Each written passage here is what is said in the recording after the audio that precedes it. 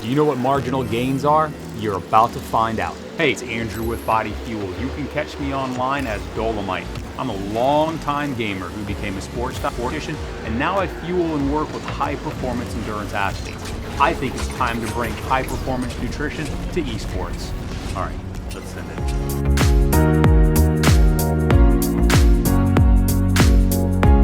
We're going to look at the 3 Ps: protein, produce, portion size, and how that plays into making you a better gamer.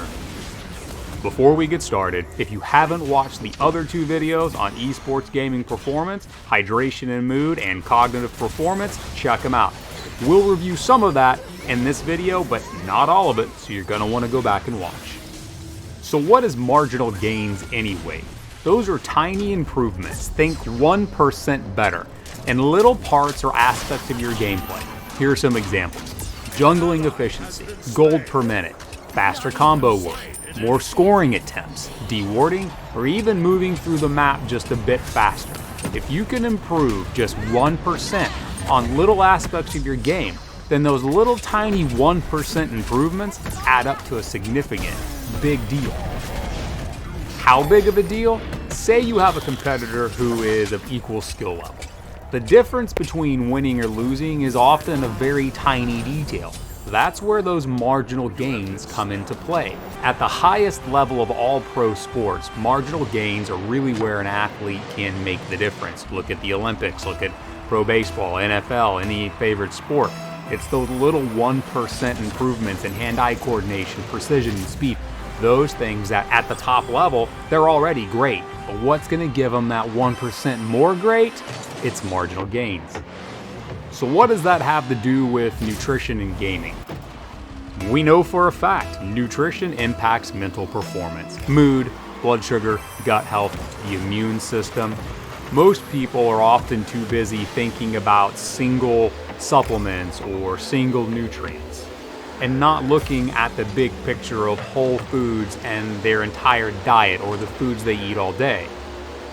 So just like hydration, nutrition can impact mood. Nutrition also impacts blood sugar, gut health, and the immune system.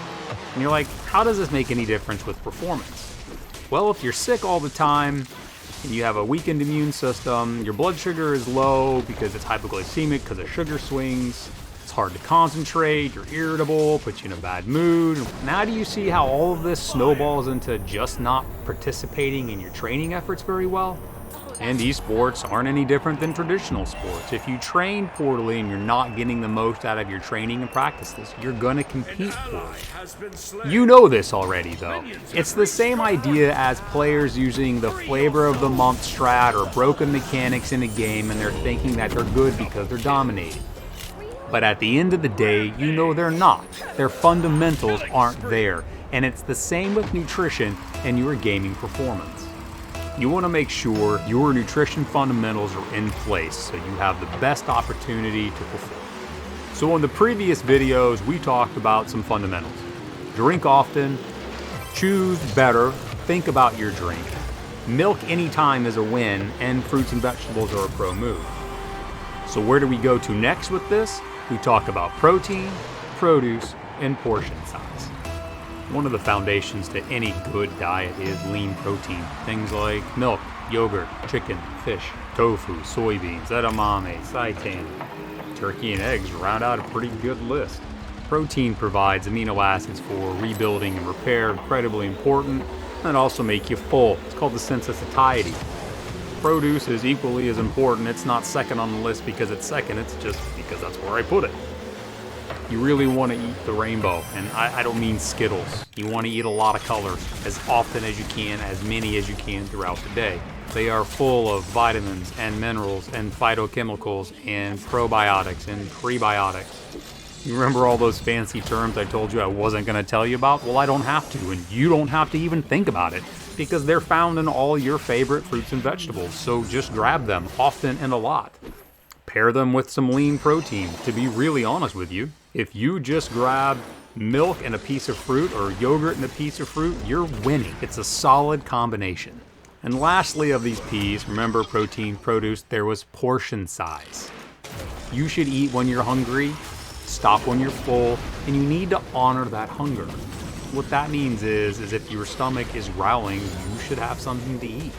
And you don't have to have a lot of money to make this happen. I know you can grab a lot of free opportunities at school breakfast and lunch. Look, I get it. That doesn't sound sexy. We've all been in high school. We've all been there and eating off campus or going to get a burrito or French fries or you name it is just possible. But here's a legit solution to make you and everybody else happy. Stop by the cafeteria, grab some of that milk or yogurt and some fruit, then head out with the friends to grab whatever you wanted. Might mean you eat a little less of that fast junk food and a little more of the good stuff, and you could probably spend a little less money. I don't know about you, but I could always have extra money for a new mouse, controller, or maybe some cool skins. So let me summarize this real fast. You can get some amazing free nutrition resources right out of the cafeteria, and it won't keep you from hanging out with your friends. Grab that yogurt, grab that milk, grab some fruit, and head on. Focus on trying to find those lean protein sources and produce throughout the day, and honor your hunger and eat when you're hungry and stop when you're full. That's that self-portion control. So what does that all mean? You've got to go back to marginal gains. If you're better fed and you're better hydrated, you have better health. And versus a same skill level opponent, you will have a definite advantage.